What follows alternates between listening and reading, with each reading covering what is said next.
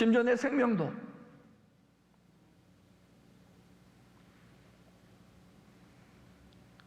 먹은 것은 속일 수가 없어요. 정직합니다. 살이 왜 찌느냐고요? 먹으니까.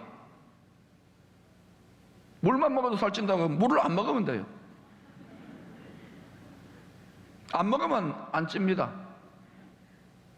술고래는 술로 병들어 죽습니다. 안 먹으면 저는 시침이 뚝 떼도요.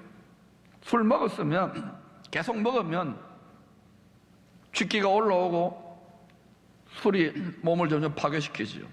마약 먹으면, 마약 안 먹으면 그처럼 해도 중독됩니다. 결국 마약 중독으로 죽습니다. 밥 많이 먹으면 살쪄서 성인병 걸려서 죽습니다. 뇌물 먹으면 들키면 감옥 가고 안 들키면 마음의 감옥에서 초조하게 삽니다. 잘 먹어야 됩니다. 먹을 걸 잘 택해야 됩니다.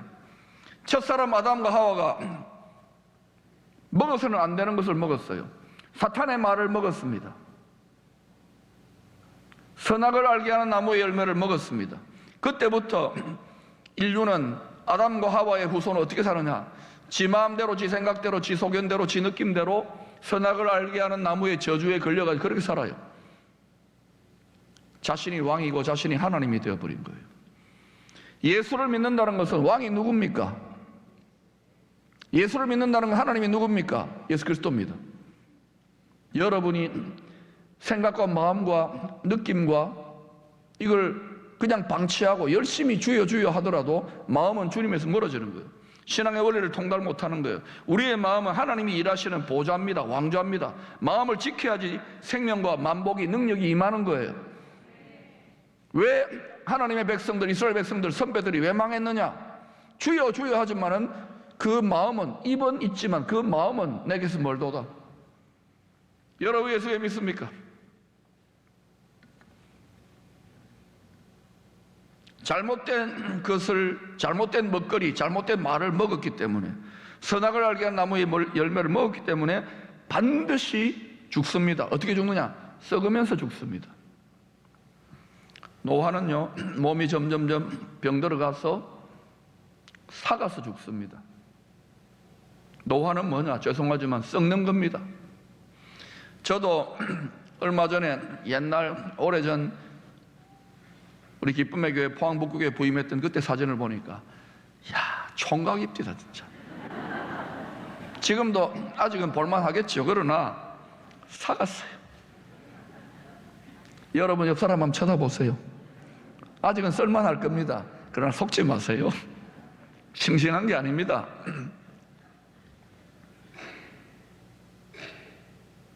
원죄의 저주로 인간의 마음이, 예레미야 선지자가 고발했습니다. 모든 피조물, 모든 만물보다 심히 부패한 것이 인간의 마음이다.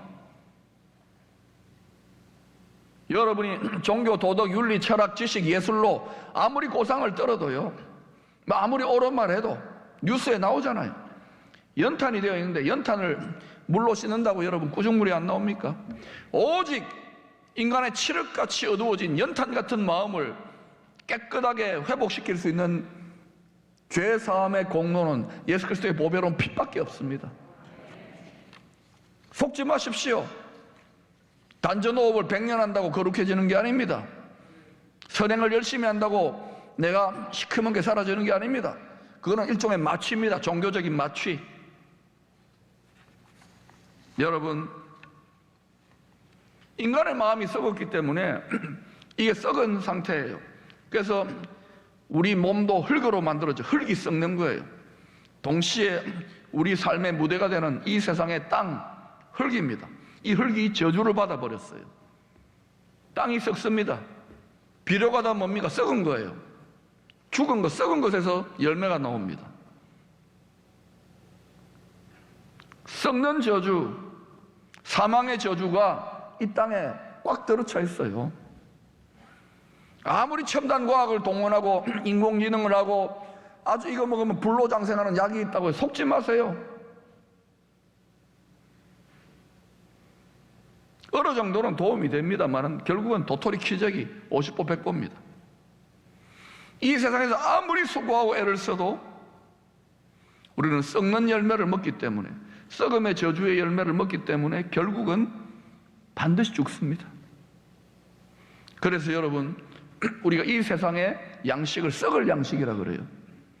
그것만 계속 먹고 그것만 위해서 일하면은요, 욕쟁이 할머니가 이 썩을 놈 이러지 않아도 썩어 죽습니다.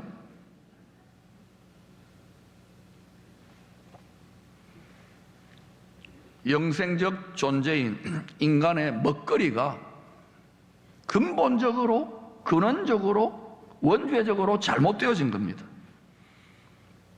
이제 우리가 썩는 거 먹고 썩어다가다가 죽는데 너무 익숙해지니까 이게 인생인 줄 알아요. 천만에요.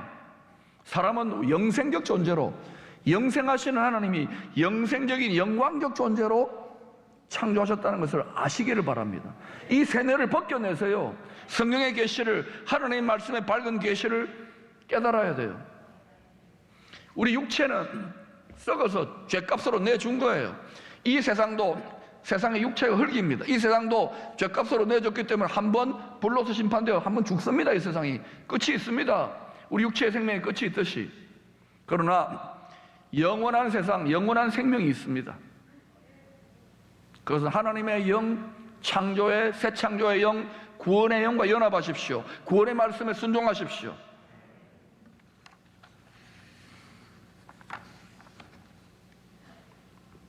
예수님은 이 세상에 썩을 양식이 아니라 자신의 살과 피를 새로운 먹거리, 영생하기 위한 양식 먹거리로 내어주시는 거예요. 요한복음 6장 27절에 이렇게 말씀합니다. 썩을 양식을 위하여 일하지 말고 영생하도록 있는 양식을 위하여 하라.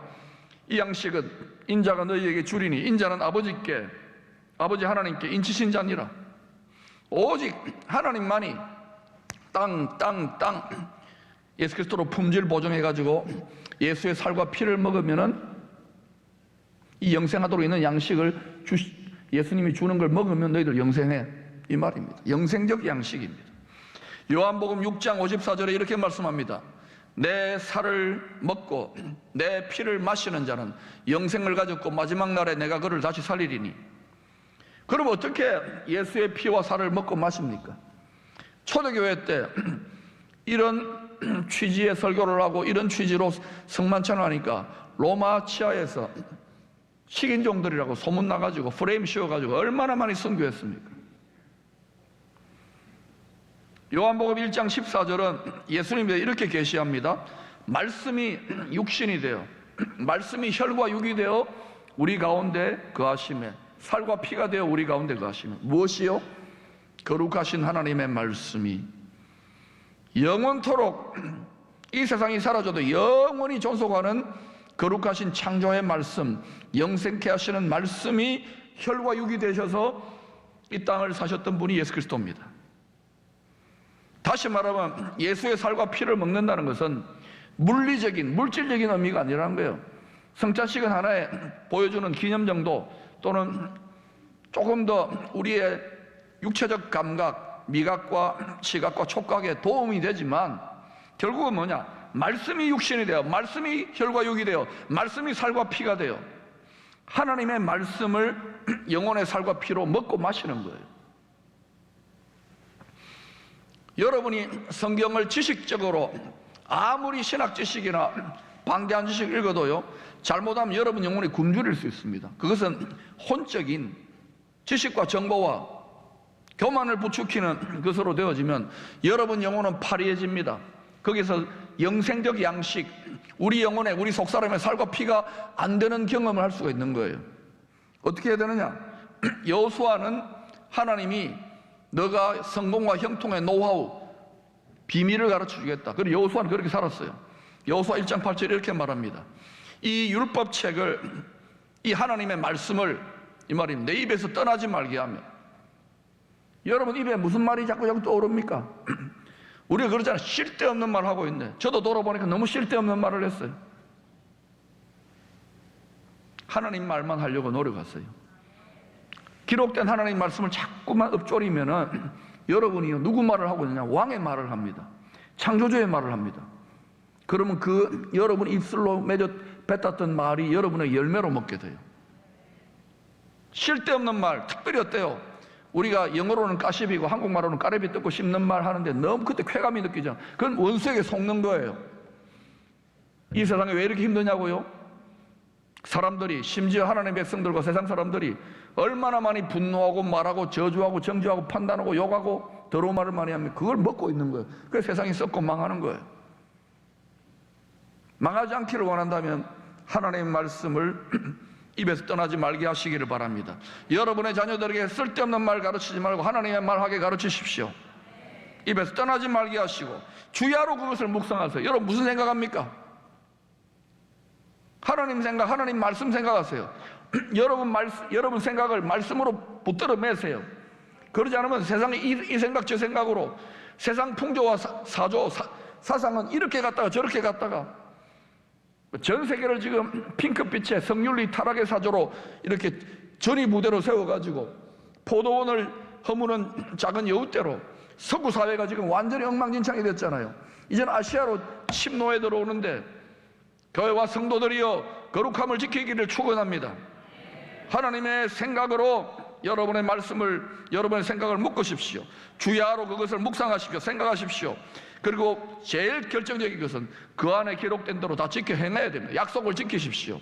순종하십시오. 순종할 때 능력이 나타나요. 순종하지 않으면서 아무리 기도해도, 순종하지 않으면서 아무리 지식을 쌓아도, 순종하지 않으면서 아무리 설교해도 능력이 나타나지 않는 것입니다. 약속 지키면 하나님은 우리를 언약 백성, 계약을 맺었습니다. 그리하면 내 길이 평탄하게 될 것이라. 내가 형통하리라. 성공적이 될 것이고 번성하게 될 것이라는 말입니다. 만약에 여러분의 인생에 목사님 내가 말씀대로 열심히 신앙생활 했는데도 왜 나는 되는 게 없고 기도해도 안 되고 안 됩니까? 요새 안 된다고 말하는 사람들 너무 많아요. 목회가 안 되고 선교가 안 되고 사업이 안 되고 장사가 안 되고 하나님 된다 했는데 이유가 뭔지 아십니까? 양식을 안 먹어요. 무엇을 먹을까, 무엇을 마실까에 썩을 양식에 신앙의 에너지와 말씀의 에너지도 그쪽으로, 믿음의 에너지도 그쪽으로 화하고 있는 거예요. 속는 거예요, 원수에게. 속지 마시기를 축원합니다. 하나님의 말씀을 꼭꼭 씹어 먹으세요. 날마다 하나님의 말씀을 떠올리세요. 주야로. 그리고 영혼의 양식을 먹으세요. 썩을 양식도 먹어야지 우리는 살아야 되니까. 이 썩을 세상을 살려면 썩을 양식을 먹어야 됩니다. 돈도 벌어야 되고 밥도 먹어야 됩니다. 저도 오늘 점심 먹을 겁니다. 썩을 양식을 먹으세요. 그러나 이건 100년밖에 안 돼요. 용도가. 썩지 않을 양식을 얼마나 먹습니까? 일요일 한번 나와가지고 1시간 설교 듣고 아이들 1시간 정도 교회학교 보내고 그리고 이 세상에 온통 나머지 99.99%는 썩을 양식에 집중된다면, 썩을 양식에 마음과 생각을 집중한다면, 그러니까 다 어때요? 파리해져가지고 영혼이 영양실조입니다. 속사람의 영양실조, 영혼의 영양실조. 영혼을 잘 먹이시기를 바랍니다. 하나님의 말씀을 꼭꼭 씹어 먹으세요. 하나님의 말씀을 말하세요. 순종하세요. 이게 지금 안 되니까 거의 지금 어려움에 직면하는 거예요. 이 지금 재앙과 재난들이 그냥 일어나는 게 아닙니다. 이것과 구별되어 하나님의 치유의 법권, 천국의 치유의 법권, 천국의 법과 천국의 경제체제로 살아가기를 원한다면 하나님의 영생하도록 있는 양식을 먹는 일에 올인하시기를 바랍니다. 뿐만 아니라 썩을 양식도 드세요. 너무 많이 먹으면 성인병 걸리니까 조금 드세요. 결국 먹은 대로의 결과인 거예요. 먹은 대로의 결과. 먹은 것은 정직합니다. 여러분 정직하게 가슴에 손을 얹고 지금까지 먹은 것들을 보세요. 뭘 더 많이 먹었습니까? 썩지 않을 영생하도록 있는 양식을 먹는데 더 많이 투자합니까? 아니면 우리의 관심과 우리의 모든 생각과 근심과 고민이 어디에 더 많이 집중합니까? 그대로예요. 그대로. 그러나 여러분이 이 말씀을 순종해 보세요. 여러분 하나님의 기이한 능력이 여러분을 도울 것입니다. 하나님의 기이한 능력이 치유법권처럼 여러분을 어둠과 혼란 속에서도 결핍 속에서도 하나님 공급하실 것입니다. 그래서 하나님 믿는 거예요. 하나님 말씀에 집중하는 거예요. 주님은 잠시 후에 동물의 날카로운 뼈 조각을 매달아 놓은 채찍질로, 로마 공병들의 채찍질로 자기 살점이 느껴져 나갈 것을 다 아십니다. 그걸 식사 자리에서 그걸 보고 계셔요. 다 아시니까. 창자국에 찔릴 것이고 가시면류관에 머리에서 피가 날 것이고 양손발에 못자국 때문에 피가 자신의 붉은 피가 흐를 것을 미리 다 아시고 미리 내다보고 계십니다. 밥을 먹고 계시면 기가 막히잖아요. 지금 이런 죽음의 고난의 의미를 담은 마지막 식사를 하고 계십니다. 제자들과 함께. 그러나 이 제자들이 어때요? 한 명은 배신 때리고 11명은 다 도망치고 말 영적인 어린아이들입니다. 이 식사를 하실 때에 자기의 살점과 자기의 피를 마시는 듯한 주님의 심정이 어떨까요? 억장이 무너지고 원통하고 비참하고 처절한 외로움이 있었을 것인데 이걸 그렇게 느껴야 될 거 아닙니까? 그런데 17절을 보면은 너무나도 놀랍게도요, 식사 기도를 합니다. 전통적으로 6월절 만찬에서는 4번의 포도주 잔을 들어서 마셔요. 건배를 합니다. 첫 번째 잔, 첫 번째 포도주 잔, 식사 기도를 할 때, 식사를 시작할 때 포도주 잔을 들고 주님이 어떻게 하냐? 감사의 식기도를 했어요. 이에 잔을 받으사 감사의 식기도를 하시고 밥 먹기 전에 이르시되 이것을 갖다가 너희끼리 나누어 먹어라. 감사. 자신의 쓰디쓴 고난의 잔을 들고 이 고난을 당하기를 기뻐하시고 이 고난 당하기를 원하시는 누구한테 감사했어요? 하나님 아버지께. 제자들을 바라보고 사람을 바라보고 세상을 바라보면 예수님 답답합니다. 억장납니다. 화날 겁니다. 어떻게 내가 지난 3년 동안 너희들과 이럴 수가 있었지만은 주님 하나님만 바라보았어요. 그 누구도 위로가 안 되는 거예요. 하나님께 감사하였더라. 여러분 올 한해 코로나와 씨름한다고 많이 힘드셨을 것입니다. 여러분 감사가 넘칩니까? 여러분이 어둡고 감사는 그냥 불평이고 답답하고 기도해도 안 됩니다. 이런 분들이 많을 거예요. 여러분의 시선이, 여러분의 감사가 어디를 향해 있습니까? 특별히 예수님은 고난의 쓴 잔을 허락하신 하나님 아버지께 감사의 기도를 드렸습니다. 뿐만 아닙니다.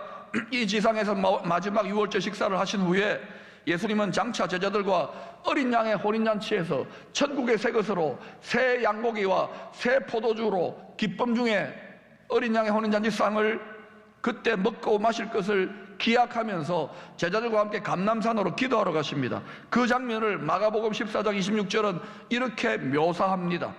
이에 그들이 찬미하고 감람산으로 가니라.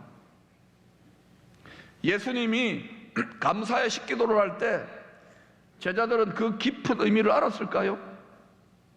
그냥 맛있는 거 양고기 모처럼 먹는다, 포도주 먹는다, 그런 정도의 느낌이거나 조금 더 뭔가 분위기가 다르다는 정도 느꼈겠죠. 피상적입니다. 너무 얕습니다. 뿐만 아니라 식사 끝나고 산보하듯이 감람산으로 갑니다. 기도하러 가는데 그때도 그냥 예수님들 기도하시니까 예수님 찬미하고 노래 부르니까 습관적으로 부르는 거예요. 우리가 무슨 기도를 드립니까? 무슨 노래를 부릅니까? 오직 주님만이 하나님 아버지께서 자신에게 마시기를 원하시는 고난의 쓴 잔을 마실 때에 온전한 감사의 기도를 드렸습니다. 오직 주님만이 하나님 아버지께 찬미하며 즐거운 마음으로, 우리가 자주 부르는 즐거운 마음으로 십자가를 지고 가셨어요. 노래 부르며. 여러분 예수님이 십자가지로 감람산으로 가고 골고다로 끌려갈 때 질질질질 안 죽으려고 막 그렇게 하지 않았습니다. 감사했고 찬미하며 갔다고요. 즐거운 마음으로 갔어요. 그러나 우리는 다 양 같아서, 다 범죄한 제자들 같아서 각기 그릇 행하여 제 길로 갔습니다. 이것이 우리의 실존입니다. 여러분 예수님은 우리의 선한 목자가 되십니다. 양들을 위하여 자기 목숨을, 자기 살을 내어줍니다. 자기 피를 내어주시는 분입니다. 신뢰할 만한 분입니다. 선한 목자 되신 우리 주, 나는 주님의 귀한 어린 양입니다. 그러나 그 선한 목자가 우리에게 푸른 초장, 맑은 시냇 물가로 인도해가지고 우리가 오물오물 풀을 뜯어먹고 생명수를 마시면서 좋다, 교회 다니니까 좋다, 예수 믿으니까 좋다, 기도 응답받으니까 좋다, 거기에만 머무를 것입니까? 여호와는 나의 목자시니 부족함이 없으리로다. 푸른 초장과 맑은 시냇물가의 환경에서만 이 신앙이 약동됩니까? 혹시 그 목자가 우리에게 얘들아, 사망의 음침한 골짜기 내가 십자가 진 것처럼 너희도 자기 십자가 길로 한번 들어가 보지 않겠니? 로 인도하실 때 수많은 자들이 이거는 아니야, 십자가 노래 부르고 믿습니다 하고 기도하지만은 거기에서 다 제자들처럼 양같이 각기 제 길로 가는 거 아닙니까? 또는 그 사망의 엄침한 자기 십자가 길을 걸어가면서도 얼마나 감사합니까? 좁은 길을 걸으며 좁은 길을 좁고 험한 사망의 엄침한 골짜기를 걸으면서 밤낮 기뻐합니까? 우리는 못해요. 저도 못해요. 끌려간 거예요. 또한 자기 십자가 길을 즐거운 마음으로 지고 갑니까? 우리는 못합니다. 목회도 그렇더라고요. 저는 수많은 여러분보다 더 믿음 좋은 선교사님들이나 정말 죽기까지 하시는 많은 분들을 봅니다. 그러나 즐거운 마음이 없어요. 찬미가 없어요. 감사가 없어요. 기쁨이 없어요. 이유가 뭔지 아십니까? 이건 사람이 할 수 없기 때문입니다. 여러분이 못하는 것을 하라고 강요하는 게 아니에요. 우리가 못한다는 걸 주님이 다 아십니다. 오직 주님 한 분만이 죽으시고 우리를 위해 부활하셨어요. 제자들은 이 과정을 그냥 억지로 통과한 겁니다. 그러나 제자들이 끝까지 남아서 주님의 말씀에 순종하여 기도했을 때, 예수의 영이 오순절 마가다락방의 성령의 능력으로 감탄했을 때, 제자들은 그 자기 십자가의 길을, 그게 죽음의 길이라고 할지라도 감사함으로 걸어갔어요. 찬양하며 걸어갔어요. 핍박 중에도 기뻐하며 걸어갔어요. 핍박을 겸하여 받으면서, 고난과 시험을 겸하여 받으면서도 기쁨으로, 감사함으로 감내하는 자들을 마귀는 계속 참소하고 정죄하는데, 하나님이 봤어? 나의 사랑하는 기쁨의 공동체의 믿음의 성도들 봤어? 불평하고 원망하고 하나님을 저주하고 욕할 만한데 봤어? 이들은 말씀대로 끝까지 자기를 부정하고 순종하려고 해요. 그때 여러분, 원수의 목전에서 잔치상이 베풀어집니다. 어린 양의 혼인잔치에서 먹을 잔치상을 미리 먹는다고요. 순종하는 종들이 가나의 혼인잔치에서 포도주가 변하는 기적을 목격한 것처럼 그런 일들이 일어난단 말입니다. 새 포도주 기쁨이 임한단 말입니다. 그 공동체에. 우리의 바라고 원하는 것이 다만 맑은 포장, 푸른 초장, 맑은 시냇 물가에 감사만 머물러 있다면은, 기독교 신앙에, 예수 신앙에, 예수 믿는 성도들의 이 세상 사람들이 도무지 따라올 수 없는 감사가 있습니다. 사망의 엄침한 골짜기에서도 오늘 주님처럼 성령의 능력을 덧입어 감사하는 겁니다. 성령의 능력을 덧입어 그러한 시험과 어려움을 허락하신 하나님을 향하여 찬미하는 것입니다. 기뻐하는 것입니다. 전심으로 찬양하는 것입니다. 이때에 마귀의 시험이 통하지 않아요. 그리고 하나님의 자존심이 올라가요. 하나님의 영광이 더 밝게 빛나는 거예요. 마귀 받째 마귀가 당황하는 순간입니다. 당황하셨어요, 마귀? 그리고 마귀는 떠나가고 저와 여러분 하나님의 상속자들을 돕는 천군과 천사들이 수종됩니다. 그때부터 저와 여러분을 통하여 하나님의 능력이 나타나는 거예요. 여러분, 코로나로 인하여 전 세계 교회와 성도들과 세상 사람들이 다 동일한 시험입니다. 그러나 해석이 다릅니다. 지금까지 여러분 신앙생활하면서 푸른 초장, 맑은 시냇물가, 그것만 노래하고 그것만 기뻐하고 그것만 감사하고 모든 조건이 갖추어지면 그때에 만족했습니까? 이게 우리의 수준입니다. 그러나 사망의 엄침한 골짜기로 들어가기를 원하신다면 그것도 기쁨과 감사와 담대함으로 잔치상을 받기까지 나아가시기를 원하신다면 선한 목자 되신 주님을 신뢰하며 성령의 능력을 덧입으십시오. 이건 덧입어도 되고 안 입어도 되는 게 아니에요. 성령의 능력을 덧입지 않으면, 예수의 영의 능력을 덧입지 않으면 그 골짜기를 걸어간다 하더라도, 자기 십자가를 지고 간다도 행복하지가 않습니다. 기쁨이 없습니다. 감사함이 없습니다. 평안이 없습니다. 담대함이 없습니다. 저는 우리 공동체에 열심 내고 헌신하는 분들이 많지만 자기 힘으로 하기 때문에 얼굴 표정이 굳어있고 상처가 많아 화가 나 있고 치유받지 못하고 회복되지 못한 분들이 많아요. 이름값 합시다. 푸른 초장 맑은 실의 물가의 기쁨만이 아니고 원수가 아무리 시험해도 감사합니다. 찬미합니다. 그때 핍박을 겸하여 받으면서도 시험을 겸하여 받으면서도 100배의 공급이 여러분의 삶에 나타나는 거예요. 하나님의 능력이 나타나는 거예요. 마귀는 떠나가고 천군 천사들이 여러분을 수종들고 돕는 권위가 세워지는 거예요.